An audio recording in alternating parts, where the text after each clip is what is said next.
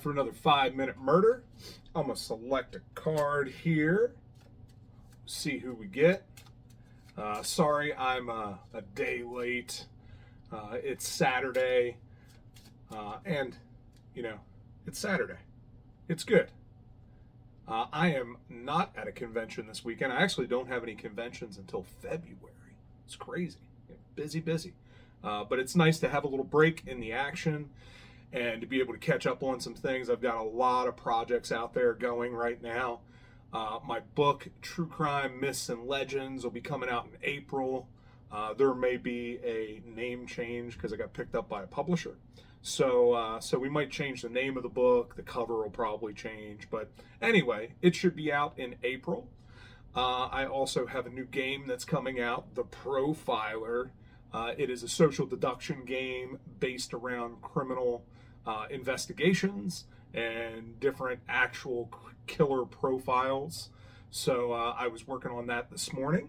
So that will be up and ready to go in March. So make sure as you see all the stuff, I'm going to link it when we get the landing page and stuff like that all set up. I'll link that in the description, and you guys can go there and get signed up to get notified about all of that going on. All right, we're going to get started here with 5-minute murder, and we've got a very, very special guest here today. We got a little Marshall Applewhite, leader of the Heaven's Gate cult. So, if you guys don't know anything about Heaven's Gate, Heaven's Gate was a UFO cult. I want to see.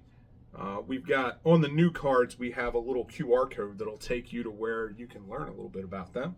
But it is not on the back of that card. But they are a cult that in the 70s they were recruiting. They've always been a very small cult. So, whereas Jim Jones had thousands of parishioners that would go and be part of the stuff that he did, Heaven's Gate was always really small. It was not very big.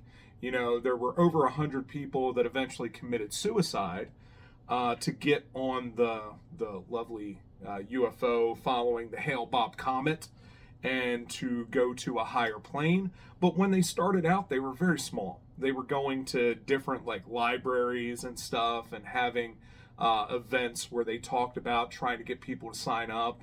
But they weren't your typical cult where they would go out and recruit people, right? They didn't feel like they needed to have, 1 million followers or anything.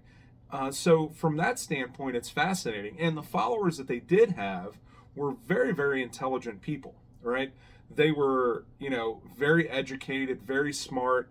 And a lot of what they did followed along with some of the ideas that were purported in Star Trek. So there were a lot of Trekkies that were really, really interested in Heaven's Gate. And so, but when they started out very small. You had Marshall Applewhite, and you had Bonnie Nettles, who were leading the cult. And really, Bonnie was the one that started everything. She was kind of the, I don't want to say the brains behind the group, but she was the one that came up with a lot of their basic tenets. And so the problem is that when she passed away, everything changed. And that's really, really when they became different as far as a cult is concerned, when Marshall Applewhite took over solely. So before she died, they were known as Bo and Peep, right? They were believed to be the two witnesses that were prophesied in the book of Revelation. And so they said all of these things that put them in line with scripture as well. So they would use that, and they would force people to come and be with them and get rid of their families and, leave them behind. And so they would isolate people away from their family. And this is basic cult behavior, cult tactic, to isolate people, to only give them the information that you give them. And then, of course, much, much later on is when they get to the place where Marshall is now talking about castration. They did not allow people to have sex. They were supposed to be asexual, which is also interesting for a cult, because usually when you look at Jim Jones, when you look at David Koresh, When you look at a lot of these cult leaders, they want to use their position to impregnate their followers or to, have sex with the people that they want to have sex with. So, but Heaven's Gate was not like that. They were not interested in any of that. Bonnie Nettles and Marshall Applewhite, as far as we know, did not have a sexual relationship. They were good friends. They felt like they were twin flames, maybe, should we say, with all the recent stuff about twin flames. But it is it's amazing that this cult would form over these very, very Star Trek ideas of going to the next level and beaming up, and the aliens coming to get them. And these people really believed it. I actually have some friends that lived not too far from the compound where they were all found. And so, they actually watched the bodies being carried out after the mass suicide. And so now, these people decide that, they are going to ascend to the next level, right? They are going to leave their physical bodies and, move on to this next plane of existence. They believe that that's following the Hale-Bopp comet. And the craziest thing is, with all of this, is we don't know where they're at now.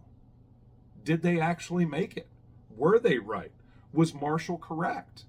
Did they ascend to the next plane of existence? Yeah, I don't think that they probably did, but maybe they did. We don't know, because none of us can go into the hereafter and find out what actually happened to these people when they died, right? It is the age-old question: what is life after death? So where are these people now? I don't know. I know that they ended their lives here on Earth.